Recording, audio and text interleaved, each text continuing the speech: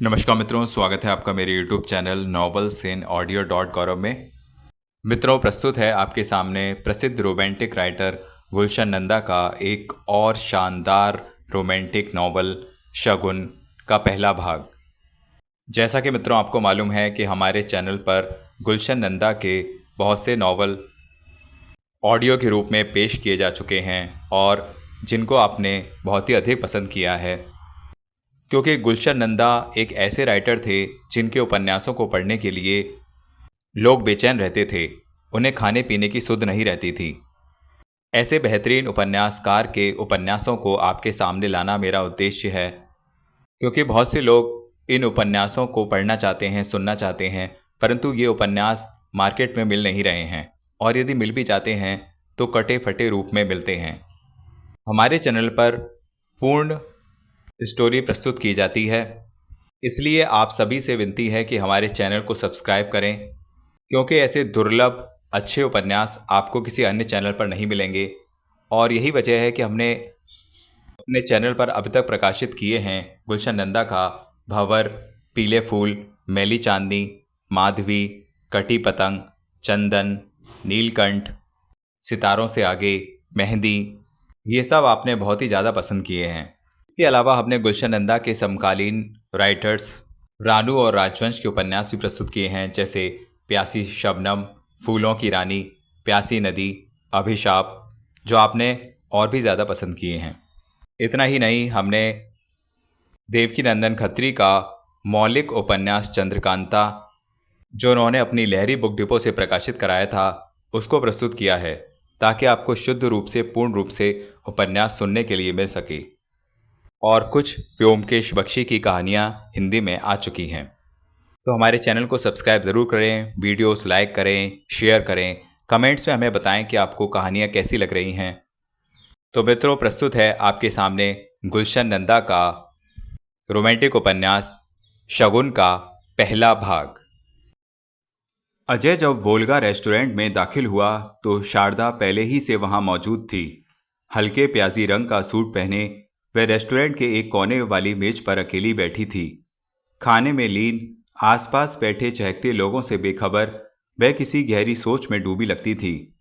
खिलते हुए गेहुए रंग की भोली प्यारी आकर्षक छवि, मोटी मोटी आंखें, तीखे नए नक्श, दुपट्टे में लिपटी हुई एक ठहरी सी जवानी, शायद घबराहट के कारण माथे पर पसीने की चंद बूंदें झिलमिला रही थीं।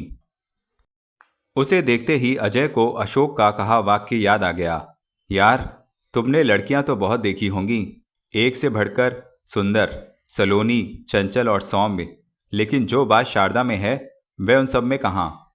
एक अछूती रचना है भगवान की यह शारदा। दिल में एक झिझक लिए हुए धीरे धीरे चलकर वह शारदा के सामने आ खड़ा हुआ। एकाएक किसी के आभास से शारदा की तन्मयता टूटी और वह कुछ लहराकर अपने आप को दुपट्टे में लपेटने लगी। संकोच से बोझिल पलकों को उठाकर उसने सामने खड़े अजय को देखा। कुछ कहने के लिए उसके ओठ फड़फड़ाए, लेकिन भावुकता और संकोचवश आवाज गले से ना निकल पाई। आप शारदा हैं ना? अजय ने सामने वाली कुर्सी पर बैठते हुए पूछा। जी, वह दबी आवाज में बोली। मेरा नाम अजय है। अशोक ने मुझे बता दिया था। अशोक को आप कैसे जानती हैं? वह मेरी बुआ के पड़ोस में रहते हैं। ओ, तो अशोक आपका पड़ोसी है? जी नहीं, वह मेरे मुंह बोले भाई हैं। आपने कुछ मंगवाया नहीं? मेरा मतलब गरम ठंडा? जी नहीं, आपकी प्रतीक्षा कर रही थी। तो कहिए क्या लेंगी, चाय, कॉफ़ी या? केवल चाय। अजय ने झट बैरे को आवाज़ दी और 2 कप चाय के साथ कुछ केक पेस्ट्री का ऑर्डर भी दे दिया। बैरे के जाते ही शारदा ने पूछा, अशोक भैया नहीं आए क्या? नहीं, कहने लगा बेहतर होगा तुम दोनों ही अकेले में भेंट कर लो। शारदा उसकी बात सुनकर चुप हो गई, तो अजय ने जल्दी से नेकटाई ठीक करते हुए पूछा, आपको अच्छा नहीं लगा क्या? नहीं तो, वह जल्दी से बोली, मुझे भी उन्होंने अकेले ही आने को कहा था। आप रहती कहाँ हैं? डिफेंस कॉलोनी में, अपनी बुआ के यहाँ। और माता पिता? माँ तो बचपन ही में साथ छोड़ गई। डैडी हैं, शिमला में गवर्नमेंट सर्विस में हैं। अशोक कह रहा था आप यहाँ सर्विस करती हैं? जी, कनाट प्लेस में ग्रिड्स लेज बैंक में काम करती हूँ। काम करना अच्छा लगता है। और करूं भी क्या, समय काटने के लिए कुछ तो करना ही चाहिए। शारदा के इस उत्तर में छिपी कसक को अजय ने भांप लिया। दोनों की निगाहें टकराईं और एक मौन सा छा गया, जो बैरा के आने पर ही टूटा। बैरा ट्रे मेज पर रखकर चला गया तो शारदा ने ट्रे अपनी ओर खींच ली और चाय बनाने लगी। प्याले में चीनी डालने से पहले उसने प्रश्नसूचक दृष्टि से अजय की ओर देखा तो वह कह उठा, केवल एक चम्मच। शारदा ने चाय बनाकर एक प्याला अजय की ओर बढ़ा दिया और दूसरा अपने सामने रख लिया। अजय को लगा कि उसके प्रश्नों ने शारदा की घबराहट बढ़ा दी है।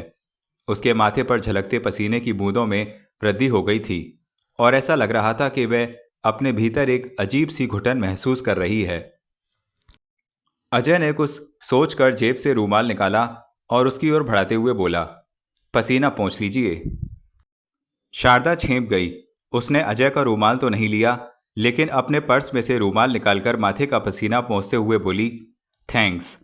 आपके जीवन को मेरा यह इस तरह कुरेदना कहीं बुरा तो नहीं लग रहा? अजय ने उसके चेहरे पर नजरें टिकाए हुए पूछा। नहीं तो, वह जल्दी से बोली। असल में मैं स्वयं चाहती हूं कि आप मेरे बारे में सब कुछ जान जाएं। देखो शारदा, ओ सॉरी, देखिए शारदा जी, मुझे शारदा ही पुकारिए तो अच्छा है। उसकी बात काटते हुए शारदा ने कहा, मेरे अपने जीवन में भी एक उलझाव है। अशोक ने तुम्हें बताया ही होगा। हाँ, लेकिन मैं आपके मुंह से सुनना चाहती हूँ। मेरी पहली पत्नी जीवित है, लेकिन हमारा तलाक हुए 2 बरस हो चुके हैं। अब वह कहाँ है? बंबई में। उससे तलाक हो जाने पर मैंने वह शहर ही छोड़ दिया था। अब क्या करते हैं आप? दिल्ली में 2-1 काम शुरू किए हैं, लेकिन कोई काम ठीक से जम नहीं रहा। धीरज रखिए, हर काम में समय लगता है। शारदा के स्वर में अजय ने एक विश्वास की झलक पाई। पल भर रुककर वह बोला, बात यह नहीं, जो स्कोप बंबई में है वह यहाँ नहीं। तो वहीं चले जाइए। सच? आश्चर्य से शारदा की आंखों में देखते हुए वह कह उठा, यह तुम कह रही हो? हाँ, इसमें कौन सी आपत्ति है? नहीं, यह संभव नहीं। क्यों? तुम नहीं समझ सकोगी। वहाँ की जहरीली यादें, वह नागिन, और फिर मेरी इकलौती बच्ची। यह थोड़ा बहुत बटोरा हुआ चैन भी छिन जाएगा। वह नरक सा जीवन मुझे अब नहीं चाहिए। आप पुरुष हैं, ऐसी साधारण बातों से घबरा जाएंगे तो जीवन की दौड़ में बहुत पीछे रह जाएंगे। तो क्या यह सब जानते हुए भी तुम मेरा साथ दे सकोगी? साथ तो आपका मुझे चाहिए। ओ, मैं तो व्यर्थ ही अपनी परेशानियां तुम पर लादने लगा। तुम्हारे दिल में भी तो तड़प है, उसे जानने का मैंने प्रयत्न ही नहीं किया। मेरे सादा जीवन में एक तूफान आया और चला गया। थोड़े समय तक कोलाहल रहा, फिर स्थिर हो गया। अशोक कह रहा था तुम्हारे पति ने तुम्हें धोखा दिया। नहीं, मैं तो समझती हूँ जीवन ने मुझे धोखा दिया। वे लोग डैडी के खास जान पहचान वाले थे। लड़का लंदन में किसी बड़ी फर्म में चार्टर्ड अकाउंटेंट था। बात चली तब मैं बीए में पढ़ रही थी। मेरे डैडी ने अपनी जिम्मेदारी कंधों से जल्दी उतार देना चाहा और मेरा रिश्ता पक्का कर दिया। तो क्या तुमने लड़के को नहीं देखा था? केवल तस्वीर देखी थी। फिर क्या हुआ? बीए करने से पहले ही मेरी शादी हो गई। वह 15 दिन हिंदुस्तान में रहा। इस बीच मुझे कितने ही हिल स्टेशनों पर घुमाने ले गया। उसके बाद स्वयं तो लंदन चला गया, लेकिन मुझे साथ नहीं ले जा सका। अशोक भैया के प्रयत्नों से मेरा पासपोर्ट इत्यादि बनने में 6 महीने लग गए। इतने समय बाद मैं लंदन के लिए रवाना हुई। कहते कहते शारदा की आवाज़ भर्रा गई। क्षण भर रुककर उसने सांस ली और कहने लगी, लंदन एयरपोर्ट पर मुझे लेने पहुंचा हुआ था, लेकिन मैंने महसूस किया कि मेरे आने से उसे कोई विशेष प्रसन्नता नहीं हुई थी। कोई उत्साह नहीं था उसके मन में। उसने सामान कार में रखा और मुझे घर ले गया। एक ऐसा घर जो शायद महीनों से साफ नहीं हुआ था। उसके इस अनपेक्षित व्यवहार की उपेक्षा करते हुए मैं उस घर को सजाने संवारने में लग गई। दिन गुजरते गए और मेरे प्रति उसकी विमुखता बढ़ती गई। शादी के बाद को कुछ दिनों की मृदुलता कटुता में बदल गई। यह बात बात पर मुझसे उलझने लगा। सुबह घर से निकलता तो बहुत रात गए लौटता। बातचीत के लिए पास बैठती तो शराब की बोतल ले बैठता। मेरे लिए स्थिति बड़ी विषम होती गई। उसका यह दुर्व्यवहार मैं आखिर कब तक सहन करती। एक दिन मेरी भी जुबान खुल गई। मैं अपनी पत्नी के अधिकार के लिए लड़ने लगी और उसकी कटुता क्रोध में बदल गई। और इसी क्रोध में एक दिन उसने मुझ पर हाथ उठा दिया, मेरे गाल पर तमाचा जड़ दिया। मैं इसे भी सहन कर गई, लेकिन धैर्य के घूंट पी लिए, ओंठ सी लिए और डैडी को कुछ नहीं लिखा। फिर एक रात शराब की पूरी बोतल चढ़ाकर अचानक उसने अपना मुंह मेरे आंचल में छुपा लिया और फूट फूट कर रोने लगा। मेरी समझ में कुछ नहीं आया। मैं अजीब असमंजस में पड़ गई। आखिर बार बार पूछने पर उसने अपनी पीड़ा तो उगल दी, लेकिन जो चिंगारी उसने छोड़ी वह मेरी धमनियों को चीरती हुई मेरे भीतर भयानक जलन छोड़ गई। कहते कहते भावुकता से उसकी पलकें भीग गईं और कुछ देर रुककर वह आंसुओं को रोकने का प्रयत्न करने लगी। अजय ने उसकी उदास आंखों में झांका और व्याकुल होकर बोला, फिर क्या हुआ? शारदा ने एक आह भरी। भावों पर काबू पाने के कारण उसके चेहरे की लालिमा लौट आई थी। उसने चाय का एक लंबा घूंट भरा और बोली, मेरे जीवन में जैसे एक भूचाल आ गया। मैं सोच भी नहीं सकती थी कि वह कहते कहते वह अचानक रुक गई कि वह पहले ही से विवाहित है। शारदा ने चौंक कर उसे देखा। उसकी पीड़ा को अनुभव करते हुए अजय ने धीरे से कहा, मुझे अशोक ने सब कुछ बता दिया था। क्या कहा था उन्होंने? यही कि उसने पहले ही एक अंग्रेज लड़की से शादी कर रखी थी और उसके 2 बच्चे भी थे।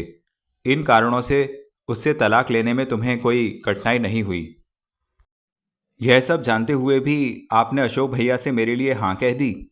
हाँ, इसलिए कि 2 घायल इंसान एक दूसरे की पीड़ा सही रूप से समझने में समर्थ होते हैं और यही आपसी समझ उनके घावों को भर सकती है, जीवन मार्ग को समतल बना सकती है। अजय की बात सुनकर शारदा चुप हो गई। उसने चाय का दूसरा प्याला बनाया और अपने आप में सिमटकर बैठ गई।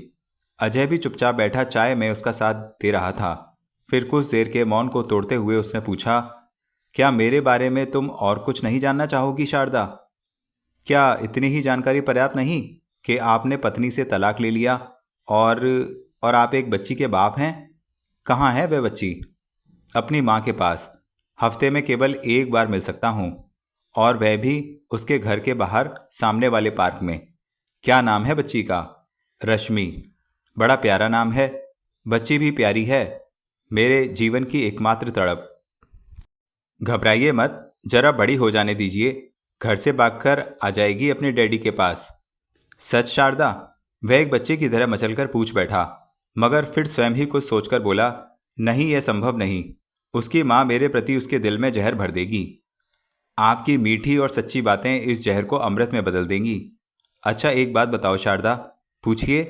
अगर सचमुच कभी जीवन में रश्मि मुझे मिल गई तो उसे अपने पास रखोगी? इतना पास कि शायद आप भी उसे ना रख सकें। माँ की याद भुलवा दूंगी उसके दिल से। शारदा के इन शब्दों ने अजय का दिल मोह लिया। उसने ध्यान से उसके चेहरे को देखा। शारदा की पलकों पर ममता के आंसू आ ठहरे थे। उसे लगा मानो किसी ने अचानक उसके दिल के घावों पर मरहम रख दिया हो।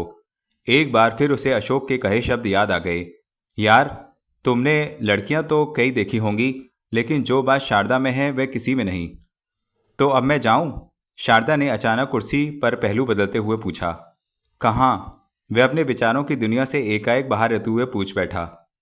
बैंक से 2 घंटे की छुट्टी लेकर आई हूं। ओह, तो क्या वह नौकरी हमेशा के लिए चलेगी? जी नहीं, जैसा आप चाहेंगे। कहते हुए शारदा ने अपना पर्स संभाला और उठकर मुस्कुराती हुई बाय बाय कहकर रेस्टोरेंट से बाहर जाने लगी। अजय अपने स्थान पर बैठा उसका लचकता बदन देखता रहा, जो लहराता हुआ थोड़ी देर में उसकी नज़रों से ओझल हो गया। उसके चले जाने के बाद भी वह उधर ही देख रहा था।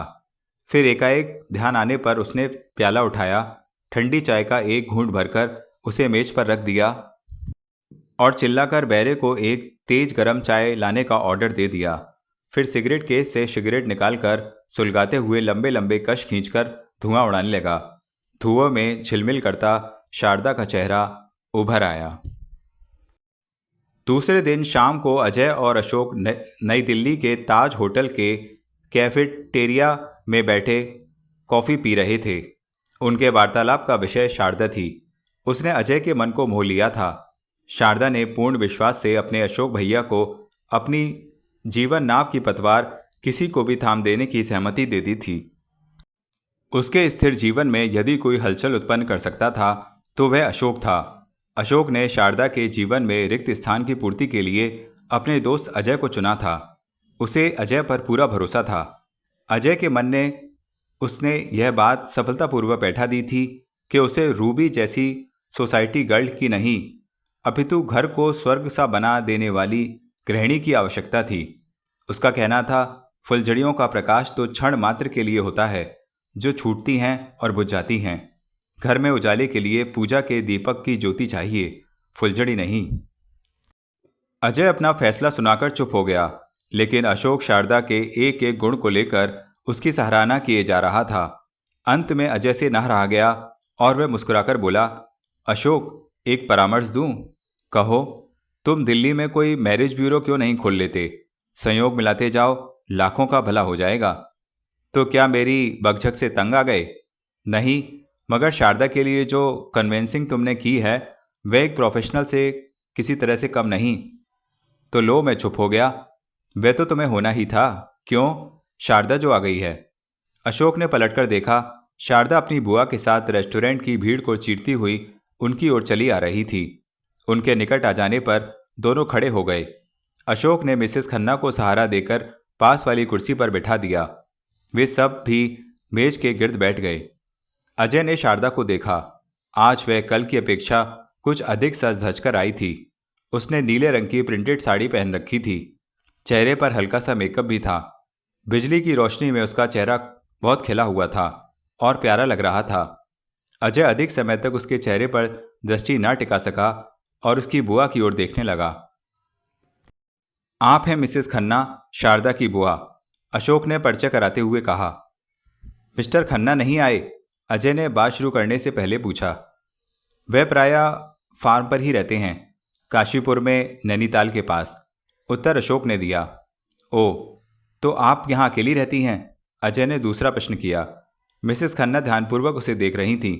धीरे से मुस्कुराकर बोली, जी हाँ, अपना घर है और फिर वह हर 10-15 दिन बाद एक चक्कर लगा लेते हैं। अब शारदा का जीवन संवर जाएगा तो मैं उनके पास ही चली जाऊंगी। अशोक ने मेरे बारे में आपको तो सब कुछ पता ही दिया होगा। हाँ बेटे, लेकिन मेरा तुमसे एक ही निवेदन है। कहिए। शारदा को मैंने बेटी के समान पाला है। बेचारी जीवन में एक बार ठोकर खा चुकी है, दूसरी सहन ना कर सकेगी। आप मुझ पर भरोसा रखिए, अजय ने दृढ़ स्वर में विश्वास दिलाया। तो अशोक, जल्दी से मुंह मीठा करा दो अजय का। कहते हुए मिसेस खन्ना ने अपनी शॉल में से एक डिब्बा निकाला और खोलकर अशोक के सामने रख दिया। डिब्बे में रसगुल्ले थे। अजय उनका यह उतावलापन देखकर मुस्कुरा पड़ा। उसने शारदा की तरफ देखा। वह भी आंखें नीचे किए मुस्कुरा रही थी। अजय ने कुछ कहने के लिए मुंह खुला ही था कि अशोक ने झट उसका मुंह रसगुल्ले से भर दिया। उसका फूला हुआ मुंह देखकर शारदा हंस पड़ी। अजय ने एक रसगुल्ला उठाकर मिसेस खन्ना के मुंह में डालना चाहा, लेकिन उन्होंने झट उसका हाथ पकड़ लिया और शारदा की ओर संकेत करते हुए बोली, पहले शारदा। अजय ने झट रसगुल्ला शारदा के मुंह में रख दिया। हंसी का एक फव्वारा छूटा और फिर थोड़ी ही देर में वे चारों मिलकर सारे रसगुल्ले हजम कर गए। अजय को यूं लगा जैसे थोड़ी देर के लिए वह एक नई दुनिया में पहुंच गया हो। जरा सी देर में शारदा ही से नहीं, बुआ से भी उसकी घनिष्ठता हो गई थी। ताज छोड़ने से पहले मिसेस खन्ना ने अपना पर्स खोला और उसमें से चमचमाते हुए 5 पौंड निकालकर अजय के हाथ में थमा दिए। अजय आश्चर्य से उनकी ओर देखने लगा तो वह मुस्कुराकर बोली, हमारी ओर से बात पक्की हो गई, लेकिन शारदा के डैडी और खन्ना साहब, आंटी का फैसला उन्हीं का फैसला है, अशोक ने कहा और बैरे को बिल चुकाते हुए उठ खड़ा हुआ। जैसे ही मिसेस खन्ना उठी, अजय ने अशोक के संकेत पर उनके चरण छू लिए। मिसेस खन्ना ने उन दोनों की लंबी आयु और उज्जवल भविष्य के लिए ढेर सारे आशीष दे डाले। उस रात असीम भावुकता के कारण अजय सो नहीं सका। उसके जीवन का इतना महत्वपूर्ण फैसला इतना शीघ्र हो जाएगा उसने कभी सोचा भी नहीं था। रात भर कल्पना में वह भविष्य के ताने बाने बुनता रहा। यह सोचकर उसे हार्दिक प्रसन्नता हो रही थी कि जहां रूबी ने उसके जीवन को वीरान बना दिया था, वहां शारदा के आ जाने से फिर बहार आ जाएगी। यह बहार लाने और जीवन की खामोशी को दूर करने के लिए वह अपने प्रिय दोस्त अशोक का आभारी था। उधर शारदा भी कुछ इस तरह से विचारों में खोई हुई थी। उसके 6 बरस के थमे हुए स्थिर जीवन में सहसा एक बाढ़ सी आ गई थी। उसकी धमनियों में जमा हुआ लहू बिजली की सी तरंग से पिघलकर कोलाहल मचा रहा था। उसके बुझे हुए जीवन में फिर नवजीवन की आंच भर गई थी। उसका अंधकार में भविष्य नए उजाले से जगमगाने लगा था। तभी उसकी दृष्टि अपनी उंगली में हीरे की उस अंगूठी पर जा पड़ी जो अजय ने चलते समय शगुन के रूप में उसे पहना दी थी। रात के अंधेरे में चमचमाते हुए अंगूठे के हीरे को उसने सहसा चूम लिया। और करवट बदलकर अपना मुंह लिहाफ में छिपा लिया। ठीक 10 दिन बाद शारदा और अजय विधिवत शादी के सूत्र में बंध गए। शादी बहुत सादे ढंग से हुई। अशोक और मिसेस खन्ना के अलावा मिस्टर खन्ना और शारदा के डैडी भी इस शुभ अवसर पर आ गए थे। अजय से मिलकर उन दोनों ने अशोक और मिसेस खन्ना के फैसले को बहुत सराहा और नए जोड़ों के उज्जवल तथा मंगलमय भविष्य के लिए शुभकामनाओं का आशीर्वाद दिया। अजय ने हरिद्वार से अपनी विधवा बहन को भी बुलवा लिया था, जो संसार के झंझट से दूर वहां पूजा पाठ में लगी रहती थी। यह शुभ अवसर छोटे से दो घरानों के सुखमय मिलाप की भूमिका बन गई।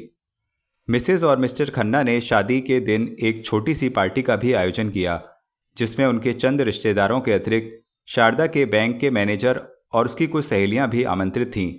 असीम प्रसन्नता के कारण शारदा के दिल में एक हलचल सी मची हुई थी, परंतु अजय इस अवसर पर भी गंभीर था।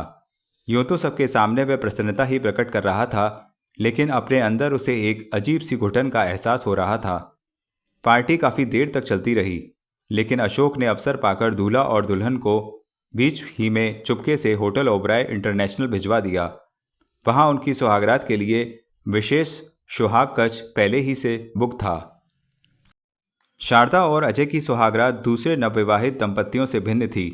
यहाँ दुल्हन को फूलों की सेज पर घूंघट निकाले अपने दूल्हा की प्रतीक्षा नहीं करनी थी, ना ही दिल की धड़कनों की थाप पर उसे अपने पति के संबंध में कोई अनुमान लगाना था। दोनों के बीच कोई रोमांचकारी रहस्य नहीं था। एक दूसरे का जीवन शीशे के समान उनके सामने स्पष्ट था। दोनों एक साथ होटल के सुहाग कक्ष में प्रवेश करते ही पल भर के लिए ठिठक कर रह गए। शारदा ने अपनी अटैची को फर्श पर रख दिया और सुहागरात की उस सेज को देखने लगी, जिसे होटल वालों ने मोतिया के भीने सफ़ेद फूलों से सजाया था। टेबल लैंप के मध्यम प्रकाश में कमरे की नीले रंग की सजावट बड़ी भली मालूम हो रही थी। फूलों की भीनी भीनी महक फैली हुई थी। दोनों ने रेंगती नज़रों से अपने आसपास के वातावरण को देखा और फिर उनकी निगाहें एक दूसरे से मिल गईं। अजय मुस्कुरा दिया और शारदा लजाती हुई सजी मसहरी में जा बैठी। अजय ने कोट उतारकर नेकटाई खोलते हुए पूछा, क्या सोच रही हो? सोचना मैंने छोड़ दिया है, उसने धीरे से कहा। क्यों? अजय ने सोफे में धंसते हुए पूछा। जीवन को एक सहारे की तलाश थी, वह मिल गया। सहारा ही नहीं, साथी कहो। जीवन मरण का साथी, जो हर डगर पर, हर मोड़ पर पग से पग मिलाकर मंजिल तक तुम्हारा साथ देगा। आप तो कविता में बातें करने लगे। क्यों, कविता तुम्हें अच्छी नहीं लगती? नहीं तो क्या अच्छा लगता है? यथार्थ, वास्तविकता। जो बीत गया उसे क्या याद करना, और आने वाला किसने देखा है? बीए में फिलॉसफी की थी क्या? नहीं, लेकिन जब भाग्य ने ठोकर मारी तो जीवन दर्शन स्वयं समझ में आने लगा। अगर जीवन को इतनी गहराई से देखने और समझने का प्रयत्न करोगी तो उसके आनंद का रसपान नहीं कर पाओगी। जीवन को सुखद और मोहक बनाना तो अब आपके हाथ में है, शारदा ने अजय से आंख मिलाते हुए बड़े मासूम ढंग से कहा, और अजय ने उसकी आंखों में एक अनोखी चमक देखी। अजय ने उसके चेहरे पर नजरें टिका दी तो शारदा का सिर धीरे धीरे झुकने लगा। पलकें लाज से बोझिल होकर पहले ही झुक गई थीं। अजय ने महसूस किया शायद पहली ही रात में पति से इतनी घनिष्ठता हो जाने पर वह कुछ पछता रही थी। तभी न जाने क्या सोचकर वह एकाएक उठी और फर्श पर रखी अटैची में से अजय का नाइट सूट निकालकर उसकी ओर बढ़ाते हुए बोली, ये रहे आपके कपड़े। इससे पहले कि अजय उससे कुछ कहे, वह अपनी नाइटी निकालकर बाथरूम की तरफ बढ़ने ही लगी थी कि अजय के पुकारने पर वहीं रुक गई और मुड़कर प्रश्नसूचक दृष्टि से उसकी ओर देखने लगी। शादी के जोड़े से क्या इतनी जल्दी छुटकारा पाना चाहती हो, और वह भी स्वयं ही? नहीं तो, वह गड़बड़ाकर बोली। इस घबराहट में उसके हाथों से नाइटी फिसलकर फर्श पर गिर गई। वह कुछ गुमसुम सी नजरें झुकाए वहीं खड़ी रह गई। तभी एकाएक उसे आभास हुआ कि अजय उसके पास आ खड़ा हुआ था। शारदा ने बिना उसकी ओर देखे झुककर फर्श से नाइटी उठानी चाही कि अचानक उसके शरीर में एक सिहरन सी दौड़ गई। अजय ने उसकी कमर में हाथ डालकर उसे अपनी बाहों में भर लिया था। इससे पहले कि वह मचलकर अपने आप को छुड़ाने का प्रयत्न करती, अजय के ओंठ उसके ओठों पर थे। इन ओठों में कुछ इतनी असाधारण जलन थी कि उसकी तपन से जैसे शारदा का सारा शरीर जलने लगा हो। भावनाएं भड़क उठीं और वह अचानक ही यूं चीखी जैसे किसी जहरीले कीड़े ने उसे काट लिया हो। क्यों, क्या हुआ? अजय ने झट उसे छोड़ते हुए घबराकर पूछा। शारदा ने जल्दी से झुककर फर्श से अपनी नाइटी उठाई और कुछ नहीं कहकर हंसती हुई बाथरूम की ओर भाग गई और अंदर से द्वार बंद कर लिया। अजय वहीं खड़ा उसकी इस शरारत पर मुस्कुराता रह गया। उसके कानों में शारदा की हंसी के जलतरंग के साथ उसका यह वाक्य भी बार बार गूंजने लगा था। जो बीत गया उसे क्या याद करना, और आने वाला कल किसने देखा है। कुछ ही देर बाद दोनों उल्लास में डूबे मिलन की इस रात के रंगीन क्षणों को स्मरणीय बना रहे थे। फूलों की भीनी सुगंध ने उन्हें अपनी लपेट में ले लिया था। जो जो वह रोमांचमयी भीगी रात आगे बढ़ती गई, उनकी अजनबियत की दीवार टूटती गई। दूरी का स्थान निकटता ने ले लिया था। दो शरीर एक दूसरे में ऐसे समा गए कि दो धड़कते हुए दिल एक ताल और एक तल पर पहुंचकर एक ही आत्मा बन गए हों। उनके बीच कोई अंतर ना रहा, वे एक हो गए। रात के लगभग 2 बजे अचानक टेलीफोन की घंटी की आवाज़ सुनकर अजय की आंख खुल गई।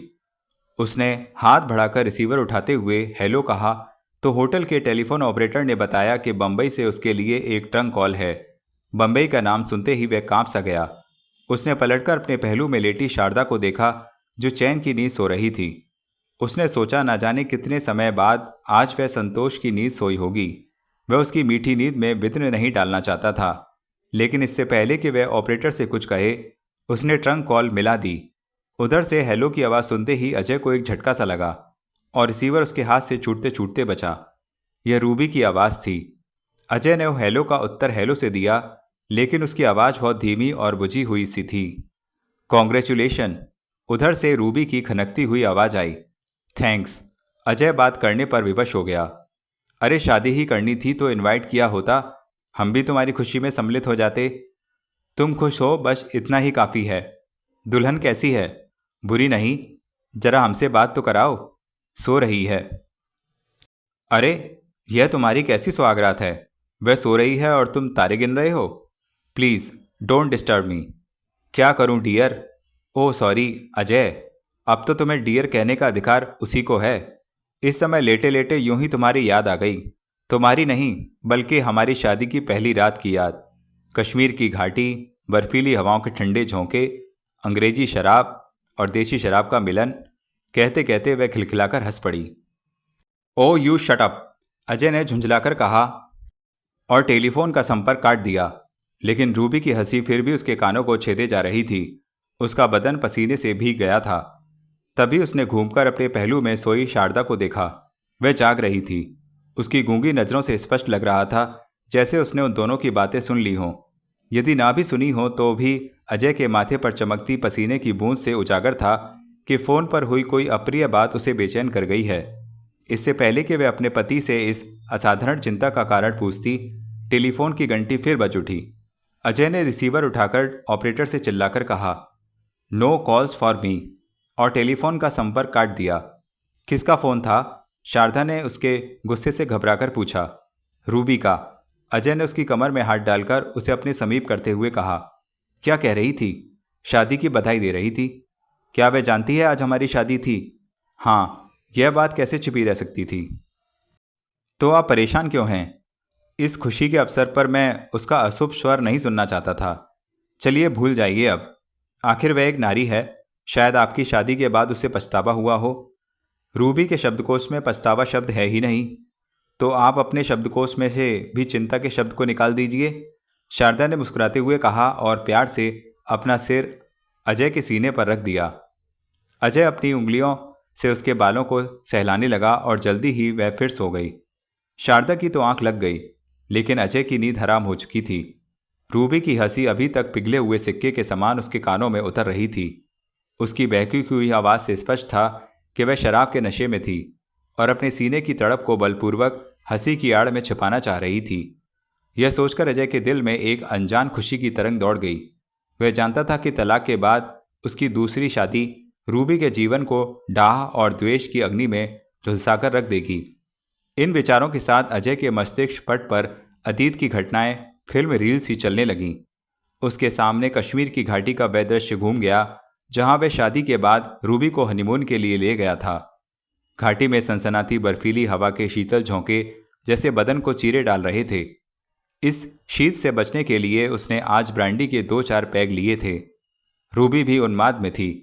आबादी से दूर पहलगाम नदी के किनारे वे प्राइवेट कॉटेज में ठहरे हुए थे।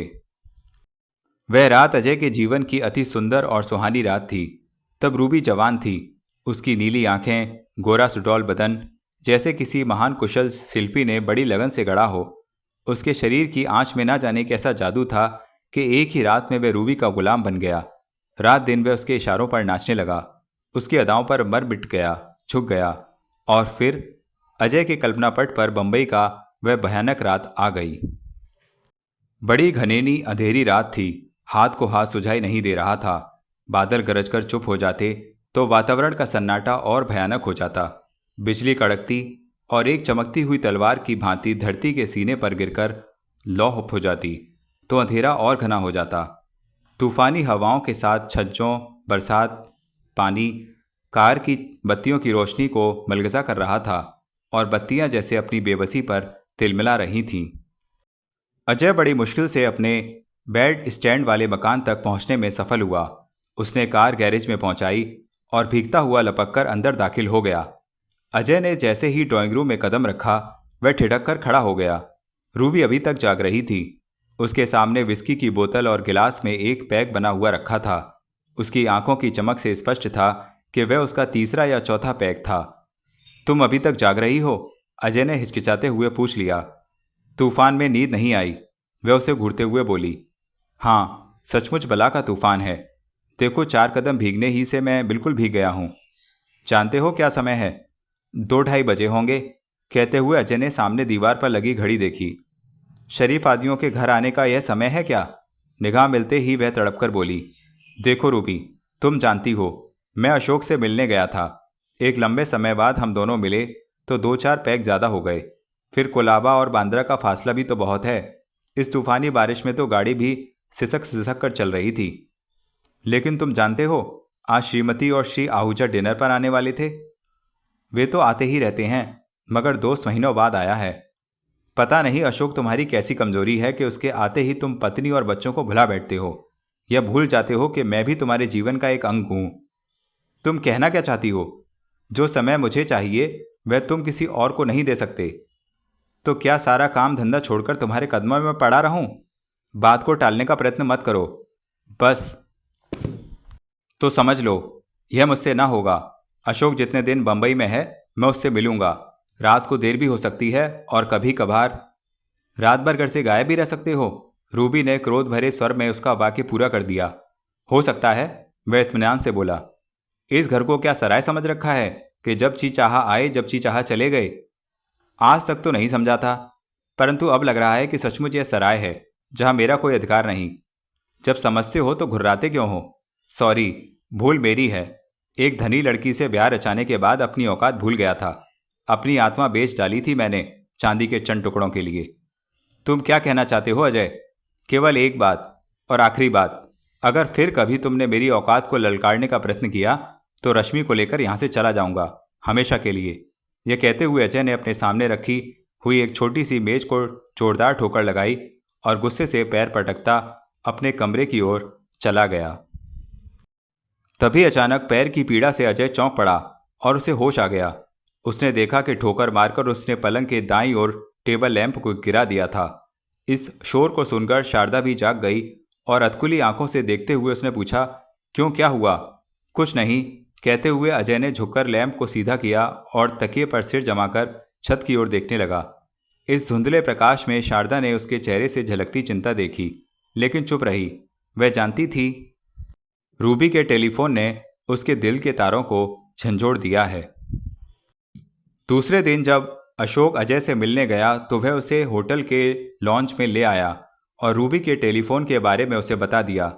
उसे आश्चर्य था कि रूबी को न केवल उसकी शादी के बारे में जानकारी थी, बल्कि यह भी पता था कि वह रात के समय होटल ओबरॉय में होगा। क्या शारदा जानती है कि वह फ़ोन रूबी का था? अशोक ने चिंता के स्वर में पूछा। हाँ, मैंने उससे झूठ नहीं बोला।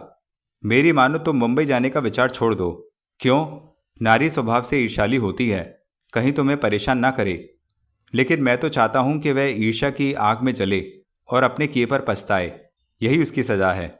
नहीं दोस्त, उसके बारे में ऐसा मत सोचो। यह मत भूलो कि वह तुम्हारी रश्मि की माँ भी है। उसने तो भूल ही की है, लेकिन तुम कोई ऐसा कदम मत उठाओ जिससे अपना सुख चैन खो बैठो। अब भी सोच लो, उसकी गली को भुला देने में ही तुम्हारी भलाई है, तुम्हारी खुशियां हैं। जानते हो मेरी खुशियों का लक्ष्य क्या है अशोक? क्या? जब उसी शहर में मेरा एक सुंदर फ्लैट होगा, इंपोर्टेड कार होगी, बड़ा व्यापार होगा, मैं शारदा को के लिए उस सोसाइटी से गुजरूंगा जिसे रूबी अपनी संपत्ति समझती है, तो उसके सीने पर सांप लौटेंगे और मुझे संतोष मिलेगा। मैं उसे अपनी ही आग में जलते हुए देखना चाहता हूँ। अशोक उसकी बात सुनकर मुस्कुरा दिया। इससे पहले कि वह उससे कुछ कहे, शारदा को देखकर वे दोनों चौंक पड़े। वह नहा धोकर तैयार होकर नाश्ते के लिए होटल के लॉन्ज में चली आई थी। अशोक ने महसूस किया कि शादी के बाद उसका चेहरा खिल उठा था। उसने शारदा का स्वागत करते हुए उठकर उसके लिए कुर्सी बढ़ाई तो शारदा बोली, बस अब रहने दो भैया यह फॉर्मेलिटीज़। क्या करूं, अब तुम्हारी शादी जो हो चुकी है। शादी के बाद क्या भाई बदल जाते हैं? भाई तो नहीं बदलते, मगर देखो ये चमकदार कपड़े, लाल लाल चूड़ा, बिंदिया और यह, बस बस इसके जिम्मेदार आप ही हैं। तो क्या यह जिम्मेदारी निभाने में मैंने कोई भूल की है? शारदा अशोक के प्रश्न का उत्तर देने के बजाय निगाहें घुमाकर अजय को देखने लगी, जो भाई बहन की नोकझोंक सुनकर चुपचाप बैठा मुस्कुरा रहा था। वह पत्नी की नज़रों में छिपे प्यार का मतलब समझ गया और अपनी भाषा में उससे कह रही थी कि अशोक भैया ने यह जिम्मेदारी निभाकर उसके जीवन की दिशा ही बदल दी है। यह क्या, आपने अभी तक नाश्ता नहीं मंगवाया? अचानक ध्यान आते ही शारदा कह उठी। तुम्हारी प्रतीक्षा हो रही थी, अजय ने मुस्कुराकर कहा। अच्छा बोलो, क्या लोगी? आप क्या लेंगे? चीज़, आमलेट और कॉफ़ी। और अशोक भैया आप? हम तो तुम्हारे दूल्हा का साथ देंगे, चीज़, आमलेट और कॉफ़ी। अगर मैं आप लोगों का साथ ना दे सकूं तो हमें कोई आपत्ति नहीं होगी। कहते हुए अशोक ने अजय की ओर देखा तो अजय ने भी समर्थन में सिर हिला दिया। क्षमा कीजिएगा, मेरा आज मंगल का उपवास है। मैं चीज़, टोस्ट और चाय लूँगी। ओह, तो तुम हनुमान जी की भक्तिन हो? अजय मुस्कुराकर बोला। और वास्तविक शक्ति का रूप मेरे लिए भगवान है। और पति? अगर उसमें शक्ति है तो वह मेरा भी भगवान है। उफ, यह सवेरे सवेरे क्या दर्शन ज्ञान का अध्याय छेड़ दिया, अशोक ने उकताकर कहा और ऑर्डर देने के लिए बैरे को बुलाया। शारदा शादी के अगले ही दिन अजय से इतनी घुल मिल गई, यह देखकर अशोक को खुशी हो रही थी। वह सोचने लगा, न जाने हर एक घर का आबाद होते देखकर वह इतना खुश क्यों हो जाता है। फिर यह तो उसका प्रिय दोस्त और मुंहभोली बहन थी। चंद दिनों के लिए ही प्रयत्न से उसने दो भटके हुए यात्रियों को एक डगर पर लाकर एक साथ कर दिया है, एक मंजिल पर पहुंचा दिया है। उसे थोड़ी देर के लिए शारदा का कहा वाक्य याद आ गया, बस बस इसके जिम्मेदार आप ही हैं। वह सोचने लगा, ये उत्तरदायित्व निभाकर उसने एक कर्तव्य का पालन किया है। क्यों भैया, क्या सोच रहे हो? शारदा की आवाज़ ने उसके विचारों की श्रृंखला तोड़ दी और वह कुछ गड़बड़ाकर बोला, कुछ नहीं, सोच रहा था। उसकी आवाज़ समझ में नहीं आ रहा था कि क्या कहे। क्या सोच रहे थे? अजय ने मुस्कुराकर शारदा वाला प्रश्न दोहराया। सोच रहा था तुम्हारा क्या होगा। बम्बई में ना घर ना ठिकाना, तुम जा रहे हो तो शारदा कहाँ रहेगी? उसने बात बनाई। इसका फैसला हो चुका है, शारदा ने अजय को देखते हुए कहा। जब तक ये वहाँ जाकर सेटल नहीं हो जाते मैं बुआ के पास ही रहूँगी। और बम्बई में अजय? अनवर के गेस्ट हाउस में, शारदा के स्थान पर अजय ने उत्तर दिया। जब तुम दोनों ने फैसला कर ही लिया है तो मैं अपना दिमाग क्यों परेशान कर रहा हूँ? कहते हुए अशोक ने नाश्ता शुरू कर दिया। नहीं, आपको परेशान होने की ज़रूरत नहीं, शारदा ने कुछ ऐसे ढंग से कहा कि अजय अनायास हंस पड़ा। दूसरे ही क्षण अशोक और शारदा भी उसकी हंसी में सम्मिलित हो गए। रात के लगभग 10 बजे होंगे। अनवर नहाने के बाद अपने पुराने जीर्ण से कमरे में बैठा शराब पी रहा था। आज कई दिनों बाद उसने शराब को छुआ था, क्योंकि आज उसे बहुत अधिक कमाई हुई थी। इसके लिए वह कई दिनों से अथक परिश्रम कर रहा था। थकान के बाद 2-4 पैक पीकर वह सो जाना चाहता था। अनवर का धंधा इंपोर्टेड वस्तुओं की खरीद फरोख्त का था। हिंदुस्तानियों की स्वाभाविक कमजोरी का लाभ उठाते हुए बरसों पहले उसने यह धंधा आरंभ किया था और आज अल्लाह की मेहरबानी से वह एक गेस्ट हाउस का मालिक बन गया था। यह गेस्ट हाउस ठीक उसके कमरे के सामने था।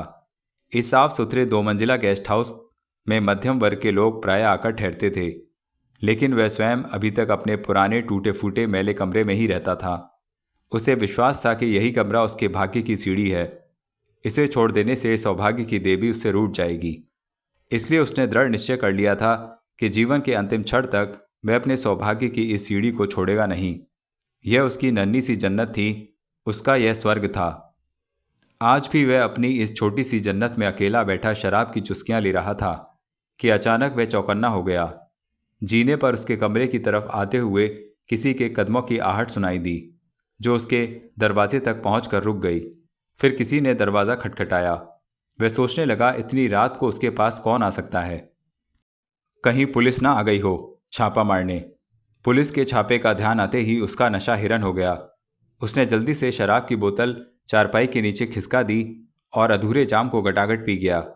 फिर उसने कमरे में चारों ओर नज़र दौड़ाई और तकिए के नीचे रखे हुए $400 निकालकर ऊपर छत पर खुले वाले रोशनदान में डाल दिए। बाहर दरवाजे को फिर जोर से खटखटाया गया तो अनवर ने जैसे नींद से बोझिल आवाज में चिल्लाकर कहा, अबे कौन है भाई, आता हूं। दरवाज़ा खोलते हुए उसने ऐसा जाहिर किया जैसे अभी अभी सोकर उठा हो, लेकिन दरवाज़ा खुलते ही नींद का बनावटी उन्माद उसकी आंखों से एकाएक लोप हो गया। अपने सामने अजय को खड़ा देखकर वह चकित रह गया। अरे तुम! अजय काला सूट पहने, हाथ में सूटकेस लिए उसके सामने खड़ा मुस्कुरा रहा था। अनवर ने सिर से पांव तक उसे निहारा। उसके हाथ में सूटकेस देखकर पूछा, कहाँ से आ रहे हो? सीधा दिल्ली से। गाड़ी 5 घंटे लेट थी। लेकिन यूं अचानक इतने दिनों बाद? काम की खोज में आया हूँ। सोचा क्यों ना इस जगह जाऊं जहाँ से 7 बरस पहले मैंने अपना नया जीवन आरंभ किया था। क्या कोई कमरा मिलेगा? कमरा? अरे क्यों मजाक कर रहे हो भाई? नहीं अनवर, यह मजाक नहीं, सत्य है, हकीकत है। अब मेरा इस बम्बई में कोई नहीं। रूबी तो है। तुम्हें शायद पता नहीं, हमारा तलाक हो चुका है। कहते हुए अजय कमरे में चला आया और सूटकेस एक और फर्श पर रख दिया। अनवर आश्चर्य से उसको देखने लगा, जैसे उसको अजय की बात पर विश्वास न आ रहा हो। तभी अजय उसकी ओर मुड़कर बोला, हाँ अनवर भाई, यह सच है। इस बात को 2 बरस हो गए हैं और तुमने हमें बताया नहीं। अपने दुखों का विज्ञापन करना मैंने उचित नहीं समझा। व्यर्थ ही तुम्हें भी दुखी करता। अजय ने थोड़ी गंभीरता से कहा और पल भर रुककर बोला, खैर अब एक शुभ समाचार सुन लो। क्या? मैंने दूसरी शादी भी कर ली है। सच कह रहे हो क्या? हाँ अनवर भाई, तुम्हारी नई भाभी का नाम शारदा है। कहाँ है वह? दिल्ली में। मकान मिलते ही उसे बुला लूंगा। तब तक सोचा क्यों ना तुम्हारे गेस्ट हाउस में टिका रहूं। बात तो तुमने ठीक सोची है, लेकिन गेस्ट हाउस में तो कोई कमरा खाली नहीं है। वह तो तुम्हारे मैनेजर से सुनकर यहाँ आया हूँ। तो एक काम करो, क्या आज रात मेरे यहाँ पड़े रहो, कल तो कोई प्रबंध हो जाएगा। लेकिन अजय कुछ कहते कहते हिचकिचाया तो अनवर उसे घूरते हुए बोला, क्यों, इस गंदे कमरे में रहते हुए तुम्हें शर्म आती है क्या? अरे नहीं अनवर, मैं तो तुम्हारी परेशानी के बारे में सोच रहा था। वह जल्दी से बोला, तुम कपड़े बदलो, आराम से लेटो, मेरी परेशानी स्वयं दूर हो जाएगी। अजय ने अनवर से अब कुछ और कहना उचित नहीं समझा। वह अपने दोस्त को भली भांति जानता था। उसने चुपचाप सूट उतारा, लुंगी कुर्ता पहना और फर्शी कालीन पर आ बैठा। अनवर ने खाने के लिए पूछा तो अजय ने भूख नहीं है कहकर इनकार कर दिया। अनवर ने पलंग के नीचे से विस्की की बोतल निकाली और उसे दिखाते हुए बोला, इसमें तो मेरा साथ दोगे ना? एक छोटा, अजय ने हिचकिचाते हुए कहा। अनवर ने दूसरा ग्लास उठाया और दोनों ग्लासों में शराब उड़ेलकर छोटे वाला जाम उसकी ओर बढ़ाते हुए बोला, लो, मैं समझा था शायद पुलिस वाले आ गए हैं। आजकल पुलिस वालों से डरते हो क्या? अजय ने जाम उसके हाथ से लेते हुए पूछा। नहीं यार, तुम तो जानते हो मैं अपने ठिकाने पर कोई चीज़ रखता ही नहीं। आज कुछ डॉलर रखे हैं, शाम को अचानक ही 1 अरब जाते जाते बेच गया था। और सुनाओ, धंधा कैसा चल रहा है? खुदा का शुक्र है और अरब लोगों की मेहरबानी। गेस्ट हाउस भरा रहता है, बाहर के माल की भी कमी नहीं। जो लाते हैं सस्ते दामों में बेच जाते हैं। ओ, तो तुम अब भी इम्पोर्टेड माल बेचते हो? यह कैसे छोड़ सकता हूँ, यह सब उसी की तो बरकत है। कहते हुए अनवर ने अजय के खाली होते हुए ग्लास में एक पैग और डाल दिया। अजय ने उसे रोकना चाहा तो यह उसका हाथ हटाते हुए बोला, अमा यार, थोड़ी सी और बची है, ख़त्म कर दो। हम दोनों कौन सा रोज रोज पीने वाले हैं? कभी कभार अंग्रेजी बोतल मुफ्त में मिल जाती है तो बैठ जाते हैं। तुम भी ये क्या, वह अरब दे गया? तुमने ठीक समझा, यूँ तो 5 वक्त का नमाजी है, लेकिन अपना मुल्क छोड़कर शराब और शबाब के लिए हिंदुस्तान आता रहता है। अगले महीने फिर आएगा, तुमसे मिलवाऊंगा, बड़े काम का आदमी है। धीरे धीरे तुमने काफ़ी स्टैंडर्ड बना लिया है। कितना ही क्यों ना बढ़ जाए, साला लालच खत्म नहीं होता। खैर कहो, अब तुम्हारा क्या इरादा है? दो चार काम नज़र में हैं, देखो पासा कहाँ पड़ता है। रूबी मेम साहब की रेडीमेड फैक्ट्री का क्या हुआ? सुना है एक मैनेजर रखकर स्वयं चला रही है। तुमने उसे छोड़ दिया, अच्छा नहीं किया। औरत काफ़ी दिलदार थी। नहीं अनवर, दूसरों के लिए दिलदार होगी, मेरा जीवन तो उसने नरक बना रखा था। फिर तलाक के लिए मैंने नहीं, उसी ने दरख्वास्त की थी।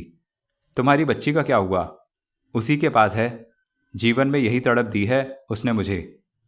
खुदा पर भरोसा रखो, अब तो दूसरी शादी हो गई, ऐसे कई बच्चे तुम्हारे आंगन में खेलेंगे। अनवर, मैं तड़प कर रह गया। उसके स्वर की तड़प और माथे की सिलबटों से अनवर समझ गया कि अजय को उसकी बात अच्छी नहीं लगी थी, इसलिए वह चुप हो गया और जल्दी जल्दी शराब के घूंट भरने लगा। तभी होटल का लड़का अनवर के लिए गरम गरम कबाब, कीमा और पराठे ले आया और उसके सामने रखकर चला गया। अजय को भूख न थी, या शायद अनवर को कष्ट न देने के विचार से उसने इनकार कर दिया हो, मगर अनवर के आग्रह पर वह भी उसके साथ अब खाने बैठ गया। अनवर खाने के बाद बिस्तर पर लेटकर खर्राटे भरने लगा।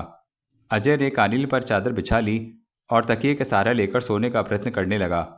लेटे लेटे करवटें बदलते कई घंटे बीत गए, लेकिन अजय को नींद नहीं आ रही थी। उसका मस्तिष्क अनिश्चित भविष्य की चिंताओं में उलझा हुआ था। कई ताने बाने उधेड़ता और फिर बुनता। उसे याद आया 7 साल पहले भी वह बंबई आकर अनवर ही के यहाँ रुका था। तब उसकी अनवर से अधिक जान पहचान नहीं थी। कमरा उसका यही था, पुराना, मैला और मिट्टी तथा मकड़ी के जालों से भरा हुआ। सारा सामान एक बेढंगेपन से कमरे में फैला रहता था। उसका धंधा यही इम्पोर्टेड चीज़ों का था। उस समय अजय तेल की एक अंग्रेज़ी कंपनी में सेल्समैन था। बंबई में रहने के लिए मकान मिलना असंभव ही सी बात थी। कुछ दिनों बाद अनवर की सहायता से सामने वाले गेस्ट हाउस में उसे एक कमरा मिल गया था। भाग्य ने आज अनवर को ही उस गेस्ट हाउस का मालिक बना दिया था। उसने सोचा, बंबई भी एक अजीब शहर है, जहां आदमी फुटपाथ पर सोता है और चंद ही बरसों में एक बिल्डिंग का मालिक बन जाता है। कभी कभी लाखों की बिल्डिंग का मालिक एक ही झटके में फुटपाथ पर आ जाता है। बंबई के वातावरण में उसके जीवन में घटी सारी घटनाएं एक फिल्म रील की तरह उसकी आंखों के सामने घूम गई। उन दिनों उसके जीवन में कितने उतार चढ़ाव आए। सेल्समैन से वह एक फैक्ट्री का मैनेजर बना, मैनेजर से मालिक, फिर शादी हुई, एक बच्ची का बाप बना। उसके बाद एक ही झटके में इन 7 बरसों में उसने जो कुछ बटोरा था सब खो दिया। सोचते सोचते उसके मस्तिष्क के तंतुओं में जैसे बिजली सी कौंधने लगी। उसे रूबी का ध्यान आया। उन दोनों की पहली भेंट कितनी रोचक थी। ऐसा लगता था जैसे किसी सुंदर कहानी की भूमिका हो। उन दोनों की भेंट का माध्यम भी संयोग से अनवर ही बन गया था। अजय को आज भी एक बात भली भांति याद थी। दिसंबर की ठंडी शाम थी। यूँ तो इन दिनों बंबई में हल्का सा शीत रहता है, लेकिन उस शाम वातावरण में कुछ अधिक ही ठिठुरन थी। अनवर पिछले 4 दिनों से बुखार में पड़ा था। अजय ही उसके लिए डॉक्टर से दवाई ले आया था। उसने अनवर को जबरदस्ती दवाई पिलाई और उसके बदन को अच्छी तरह रजाई में लपेट दिया। तभी अनवर ने मुंह पर से रजाई हटाते हुए उससे कहा था, एक काम है अजय, बहुत ज़रूरी। क्या? तुम्हें अभी बांद्रा जाना होगा। टैक्सी का भाड़ा मैं दूंगा। टैक्सी भाड़े को छोड़ो, काम की बात करो। करना क्या है? अनवर ने तकिए के नीचे से 10,000 रुपये निकाल कर उसे पकड़ाए थे और एक पर्ची देकर बोला था, इस पर्चे पर रूबी का पता लिखा है। ये रुपए अभी उसे पहुंचाने हैं। यह कौन है? एक हसीन तितली, एयर होस्टेस है। इतनी बड़ी रकम उसको क्यों भिजवा रहे हो? कुछ माल खरीदा है उससे। माल की सूची पर्चे की दूसरी ओर लिखी है। ठीक से संभाल कर ले जाना। लेकिन ऐसी जल्दी क्या है? अगर आज रात तक मैंने माल नहीं उठाया तो वह किसी और को दे देगी। मैंने एक आदमी के साथ उस माल का सौदा कर रखा है। पूरे 2,000 की बचत है। अजय ने चीज़ों की सूची देखी, पलटकर जाने लगा तो अनवर ने रोककर कहा, ठीक तरह चेक करके और पैक करवा कर लाना। समझ गया। अजय ने सिर हिलाया और चला गया। बैंड स्टैंड पर पहुंचकर अजय को रूबी का बंगला ढूंढने में देर नहीं लगी। मुख्य सड़क से हटकर एक गली के नुक्कड़ पर कोई बहुत पुरानी इमारत थी, जिसकी दीवारों की चमक नमकीन हवाओं और समय की धूल से मंद पड़ गई थी। बाहर घास के लॉन के चारों ओर फूलों के सूखे पौधे माली की लापरवाही की शिकायत करते नजर आ रहे थे। अजय ने चारों ओर दृष्टि घुमाकर बंगले का भली प्रकार निरीक्षण किया और सलाखों वाले फाटक के अंदर देखते हुए घंटी बजा दी। थोड़ी देर बाद एक भारी भरकम अधेड़ उम्र की औरत, जो वेशभूषा से नौकरानी लगती थी, दरवाजे के पास आकर प्रश्नसूचक नजरों से अजय को देखने लगी।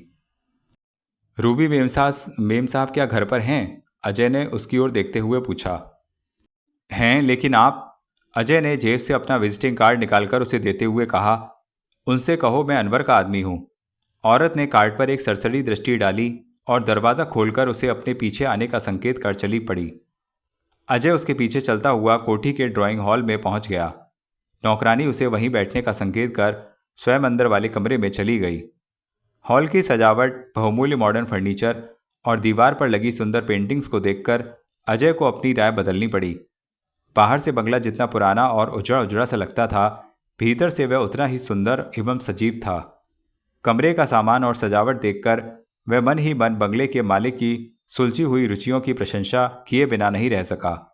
साइड बोर्ड पर स्टील के बढ़िया फ्रेम में एक बहुत सुंदर और स्मार्ट नौजवान का फोटो लगा था। अजय पास जाकर ध्यान से उसे देखने लगा। यह नौजवान रूबी का कौन हो सकता है? वह यह सोच ही रहा था कि खनकती हुई हेलो की आवाज़ ने सहसा उसे चौंका दिया।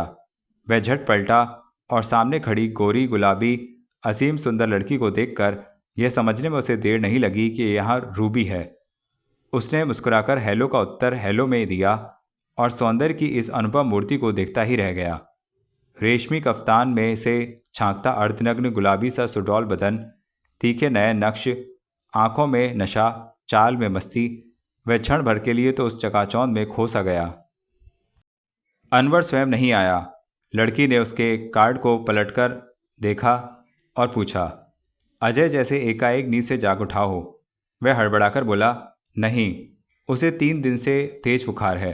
मैं उसका दोस्त अजय हूँ। क्या कहा है अनवर ने? उसने कुछ सामान लाने को कहा है।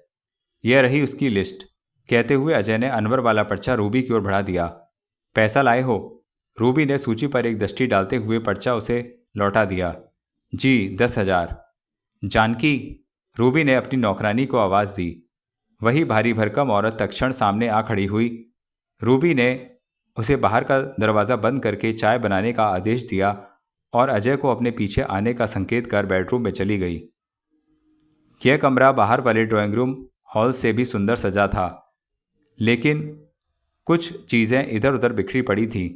जगह जगह बहुमूल्य विदेशी चीज़ें रखी हुई थीं, जैसे टेलीविज़न, वीडियो, चमकता सुनहरा टेलीफोन, नए ढंग की घड़ी, गोल्डन सिगरेट केस, शराब की बोतलें, वॉलपेपर और कितने ही आकर्षक क्यूरियोज। यहाँ एक भी सामान ऐसा नहीं था जिसे देशी कहा जा सके। लगता था यह किसी विदेशी लॉर्ड का बंगला है।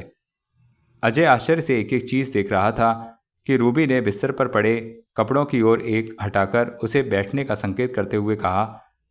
रात फ्लाइट लेट थी, दोपहर तक सोई थी, इसलिए सब कुछ बिखरा हुआ है। नौकरी जो ऐसी ठहरी? अजय कुछ घबराए हुए स्वर में बोला। रूबी मुस्कुरा पड़ी। उसने शायद इस नौजवान की घबराहट को अनुभव कर लिया था। हुस्न का तीर ठीक निशाने पर बैठा था। पल भर कुछ सोचकर वह एक अलमारी की ओर बढ़ी, लेकिन उसे खोलने से पहले ही पलटकर बोली, रुपया कहाँ है? अजय ने झट नोटों का बंडल निकालकर उसे थमा दिया। रूबी फिर मुस्कुराई और बोली, डोंट माइंड इट, यह बिजनेस ही ऐसा है। उसने रुपए मेज पर रख दिए और अलमारी खोलकर सूची के मुताबिक चीज़ें निकालने लगी। म्यूजिक सेंटर, मेकअप का सामान, कैमरा, कैसेट और बिजली के चलने वाली चंद चीज़ें थीं। जिस ढंग से रूबी ने इन चीज़ों के बारे में अजय को समझाया, उसे लगा यह लड़की एक बढ़िया सेल्सगर्ल बन सकती है, जो राख तक को सोना सिद्ध करके बेच डाले। अजय ने सूची के अनुसार सभी चीज़ों को परख कर अपनी संतुष्टि कर ली, लेकिन जब रूबी ने बिना गिने रुपए अलमारी में रख लिए तो वह कह उठा, आप रुपयों को गिन लें तो अच्छा रहेगा। आप तो गिनकर ही लाए होंगे। जी हाँ, लेकिन हमें आप पर विश्वास है। कहिए यह सामान कैसे ले जाएंगे? टैक्सी में। जानकी ने अंदर आकर चाय बन जाने की सूचना दी। रूबी ने जानकी को निर्देश दिया कि वह चीज़ों को पैक कर एक बड़े डिब्बे में बांध दे और वह अजय को साथ लेकर ड्राइंग हॉल में आ गई, जहां चांदी के सेट में मेज पर चाय सजा रखी थी।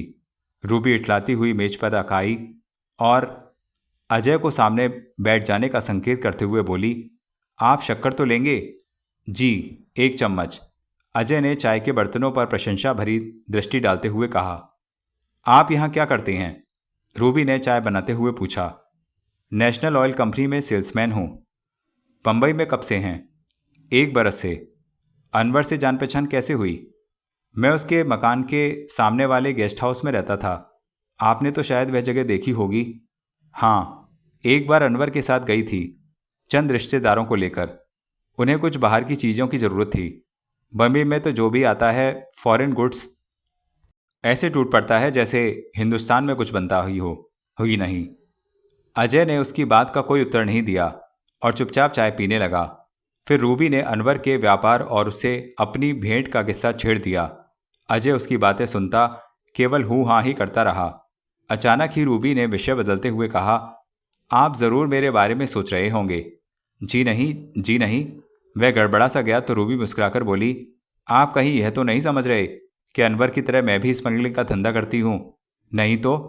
वास्तव में ये सब चीज़ें मेरी नहीं, मिस्टर मुखर्जी की हैं। मैं उनकी कोई चीज़ अपने पास नहीं रखना चाहती। सोचा ये सब चीज़ें बेचकर रकम उनकी माँ को गांव भिजवा दूंगी। मिस्टर मुखर्जी? अजय ने प्रश्नसूचक दृष्टि से देखते हुए वह नाम दोहराया। रूबी ने साइडबोर्ड पर रखी हुई तस्वीर की ओर अंकित करते हुए धीरे से बोली, my dear friend, Air India में बहुत कुशल पायलट थे। Very smart young man indeed. Ajay ने घूमकर तस्वीर की ओर देखते हुए कहा, जी हाँ, हम दोनों की गहरी दोस्ती थी, यहाँ तक कि हमने शादी करने का फैसला कर लिया था। फिर पिछले साल अचानक बेचारा एक एयर क्रैश में मारा गया। कहते हुए रूबी ने एक लंबी आह खींची। ओह, सो सैड, अजय के मुंह से निकला और वह सहानुभूति भरी नज़रों से रूबी को देखने लगा। कुछ देर के लिए कमरे में एक उदास सा मौन छा गया। रूबी ने साइड टेबल पर रखे सिगरेट के डिब्बे से एक सिगरेट निकाला और लाइटर से सुलगाकर उसे 2-4 लंबे कश खींचे। फिर अचानक चौंककर डिब्बा अजय की ओर बढ़ाते हुए बोली, सॉरी, आप सिगरेट तो पीते होंगे? अजय ने हाँ में गर्दन हिलाई और सिगरेट लेकर सुलगाते हुए बोला, बड़ी ट्रेजेडी हुई आपके साथ। क्या बस चलता है किसी का भाग्य के आगे। मुखर्जी की डेथ से जीवन में एक अभाव सा आ गया है। आप यहाँ अकेली रहती हैं? जी हाँ, मैं और मेरी नौकरानी जानकी। और आपके घर वाले? एक भाई है जो ऑस्ट्रेलिया में डॉक्टर है, अपने परिवार के साथ वहीं सेटल हो गया है। कुछ दूर के रिश्तेदार हैं जो मम्मी की मौत के बाद और दूर हो गए। और आपके डैडी? डैडी का नाम सुनकर वह चौंक पड़ी, जैसे उसे कोई मानसिक झटका लगा हो। कुछ देर तक वह पथराई हुई नज़रों से अजय को देखती रही। फिर ओठों पर एक फीकी मुस्कुराहट लाते हुए बोली, उन्होंने मेरी मम्मी को छोड़कर शादी कर ली थी। तब मैं बहुत छोटी थी। ओह, तो आपके बचपन ही में जीवन के बहुत उतार चढ़ाव देख लिए हैं। जी हाँ, इसलिए तो आज आकाश में उड़ती फिरती रहती हूँ, एयर होस्टेस बनकर। कहते हुए वह स्वयं ही अपनी बात पर हंस पड़ी। इस बार अजय ने भी हंसी में उसका साथ दिया।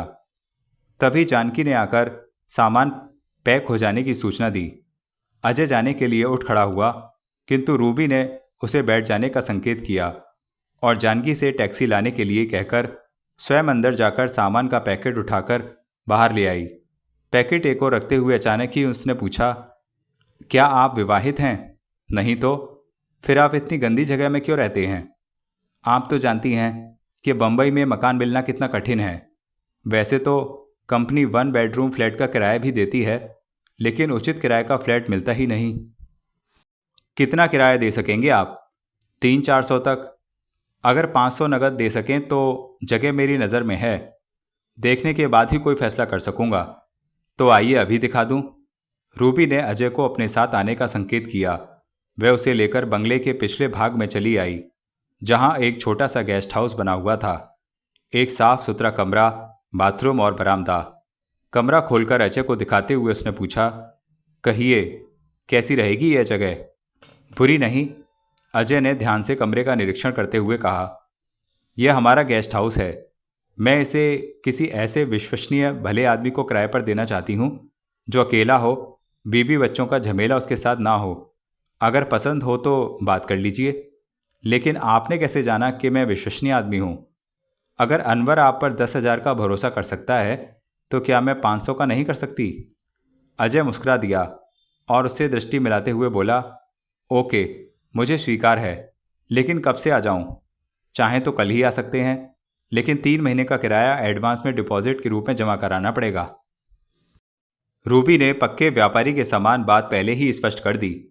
अजय ने हाँ में सिर हिलाकर इस शर्त को स्वीकार कर लिया। अगले ही दिन से उसके जीवन में एक नया मोड़ ले लिया।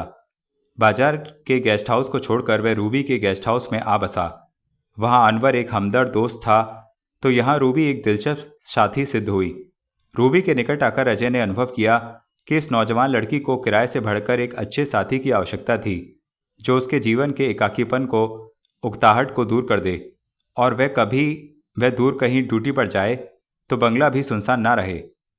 रूबी जब भी फ्लाइट से लौटी थी, अजय के लिए विदेश से जरूर कुछ ना कुछ उपहार लेकर आती। कभी विस्की, कभी सिगरेट और कभी परफ्यूम। धीरे धीरे उनका साथ दोस्ती में बदल गया। दोस्ती घनिष्ठ होती गई, संबोधन आपसे तुम हो गया, और अजय अनुभव करने लगा कि वह रूबी के मन में मुखर्जी वाला स्थान लेता जा रहा है। वह रात अजय को अभी अभी बीती घटना के समान याद आई, जब रूबी ने अपने बर्थडे पर छोटी लेकिन सुंदर पार्टी का आयोजन किया था। बंगले पर आमंत्रित अधिकतर एयर इंडिया के पायलट, प्रसर और एयर होस्टेसेस थीं। उस भीड़ में केवल वही अजनबी था, लेकिन रूबी ने बड़े प्यार और आत्मीयता से उसका सबसे परिचय कराया। शीघ्र ही वह उनसे घुल मिल गया। खूब नाच गाना, पीना पिलाना चलता रहा। कहीं आधी रात के बाद जाकर पार्टी समाप्त हुई। रूबी उस रात बहुत खुश थी। उसने पी भी बहुत रखी थी, लेकिन अजय के आग्रह पर भी खाना बहुत कम खाया था।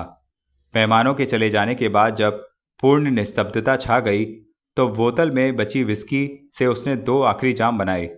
एक अजय को थमाकर उसके ग्लास से अपना ग्लास टकराया, मुस्कुराकर उसकी ओर देखा और एक ही घूंट में गले में उतार गई। कुछ देर तक खड़ी कमरे में बिखरी चीज़ों को देखती रही। फिर न जाने अचानक उसे क्या सूझी, उसने बढ़कर साइड बोर्ड पर रखी मुखर्जी की तस्वीर उठा ली। क्षण भर उसे देखा और फ्रेम खोलकर तस्वीर टुकड़े टुकड़े करके फेंक दी। यह क्या? अजय असीम आश्चर्य से उसे देखते हुए बोला, तुमने तस्वीर फाड़ डाली? हाँ, पिछली यादों को सीने से चिपकाकर रखना एक मूर्खता ही तो है। क्यों, ठीक है ना? उसने अजय की आंखों में झांकते हुए जैसे अपनी हरकत का समर्थन चाहा। लेकिन तस्वीर फाड़ देने से याद थोड़ी ही मिट जाएगी। उस याद में केवल पीड़ा है। मैं उसे मिटा दूंगी। हाँ अजय, मैं अब मर मर कर जीना नहीं चाहती, बल्कि जी जी कर पढ़ना चाहती हूँ। जीवन तुम्हारा अपना है, तुम्हें जीने से कौन रोकता है? बीता हुआ कल जो मेरे सामने आने वाले कल पर अपनी उदास काली परछाई डाल सकता है, मेरे उज्जवल भविष्य को धुंधला कर सकता है। अजय कुछ कहना चाहता था, लेकिन जानकी को देखकर चुप हो गया, जो अंदर आकर प्लेटें और फर्श पर लुढ़के गिलास समेटने लगी थी। रात अधिक हो जाने के कारण वह कुछ झल्लाई हुई थी। रूबी ने उससे कहा भी कि वह अब काम सवेरे कर ले, मगर जानकी बड़बड़ाती अपने काम में लगी रही। रूबी ने अजय का हाथ थामा और उसे साथ लेकर कमरे से बाहर निकल गई। थोड़ी देर बाद दोनों समुद्र के किनारे चट्टान पर बैठे लहरों का खेल देख रहे थे। पूनम की छिटकी हुई चांदी में दूर से इठलाती हुई लहरें आती और पास की चट्टानों से टकराकर चांदी से बिखेरती हुई लौट जाती। अजय इस दृश्य का आनंद ले रहा था, लेकिन रूबी किसी और ही विचार में डूबी हुई थी। शायद बीते हुए कल की याद उसे बेचैन कर रही थी। वह बार बार सिगरेट के लंबे कश लेती और मस्तिष्क में उठे कोलाहल को धुएं के आवरण में छिपाने का प्रयत्न करती। क्या सोच रही हो? उसके लंबे मौन से उकताकर अजय ने पूछा। यह अकेलापन अब मुझे डसने लगा है, तो उसे दूर कर दो। कैसे? कोई साथी चुन लो, शादी कर लो। शादी? एक फीकी सी हंसी उसके ओठों से निकली। फिर सिगरेट का एक कश लेकर धुआं छोड़ते हुए बोली, कितना सरल और सुंदर शब्द है, लेकिन कितनी कठिन यात्रा। साथी इच्छा मिल जाए तो कुछ भी कठिन नहीं रहता। यात्रा अपने आप ही न केवल सरल हो जाती है, बल्कि सुंदर भी। अजय ने गंभीरता से कहा। रूबी सिगरेट का एक और लंबा कश लेकर थोड़ी देर तक सोचती रही, फिर बोली, अच्छा अजय, यह बताओ, मुझ जैसी लड़की को कैसा जीवन साथी सूट करेगा, जो तुम्हें समझ सके, तुम्हारी आज़ादी और भावनाओं का सम्मान करे और मन से तुम्हें चाहे? ऐसा आदमी इस युग में मिलेगा क्या? रूबी ने चंचल नयनों से उसे देखते हुए पूछा। क्यों नहीं मिलेगा? तुम विश्व भर की यात्रा करती हो, आदमी की पहचान है तुम्हें। फिर तुम सुंदर हो, जवान हो और समझदार भी। तुम्हें देखकर भला कौन इनकार कर सकता है। चलो, तुमने मेरी मुश्किल आसान कर दी। वह मुस्कुराकर बोली। कोई है नज़र में? हाँ। कौन है वह भाग्यवान, जानना चाहोगे? हाँ, तुम। कहते हुए उसने अजय के ओठों पर उंगली रख दी। रूबी। वह उसका नाम पुकारकर रह गया और उसकी आंखों में झांकने लगा, जिनमें इस समय एक अनोखी चमक आ गई थी। उसे विश्वास नहीं आ रहा था कि रूबी ने जो कुछ कहा है वह मजाक नहीं है। क्यों अजय, क्या मैं तुम्हारे योग्य नहीं हूं? रूबी ने कुछ देर के लिए मौन को तोड़ते हुए कहा और उसके निकट खिसक आई। अजय तो जैसे सचमुच पागल हो उठा था, मानो एकाएक उसका भाग्य चमक उठा हो। मन और मस्तिष्क में रोमांचित भावों की उथल पुथल में उसने अनायास रूबी को अपनी बाहों में भर लिया। इस शीत में रूबी का जलता हुआ बदन उसके अंगारों सी किसी आंच देने लगा था। रूबी भावुकता से बिफरी सांसों के बीच दबी दबी आवाज में उससे कह रही थी, तुम मुझे समझते हो ना? तुम मेरी आज़ादी और भावनाओं का सम्मान करोगे ना? कहो, तुम मुझे मन से चाह सकोगे? तुम यह सब कर सकोगे तो मेरी यात्रा सरल और सुंदर हो जाएगी। मगर क्या तुम यह कर सकोगे अजय? हाँ हाँ हाँ। अजय ने पागलों की तरह उसे सीने से लगाकर भींच लिया। अटकेलियां करती हुई लहरों का शोर निरंतर वातावरण में गूंज रहा था और अब उन्हीं लहरों के शोर ने अजय के विचारों की श्रृंखला तोड़ दी। उसने देखा, समुद्र के किनारे वह अनवर के जीर्ण पुराने कमरे में फर्श पर लेटा था। रूबी की कल्पना में भटकते भटकते न जाने कितना समय बीत गया था और नींद से उसकी पलकें बोझिल हुई जा रही थीं। उसने लंबी सांस खींचकर जमाई ली और आंखें बंद कर नींद की गोद में समा गया। तो मित्रों, इस प्रकार शगुन उपन्यास का पहला भाग समाप्त हुआ। आशा करता हूँ आपको यह कहानी अवश्य ही पसंद आ रही होगी। तो यदि आपने चैनल सब्सक्राइब नहीं किया है तो सब्सक्राइब अवश्य कर लीजिए और बेल आइकन का बटन दबाइए ताकि आपको नोटिफिकेशन मिलते रहें नई वीडियोस के। और भी वीडियोस में कमेंट में बताइए कि आपको ये कहानी कैसी लगी। लाइक कीजिए, शेयर कीजिए अपने फ्रेंड्स रिलेटिव्स के साथ। धन्यवाद।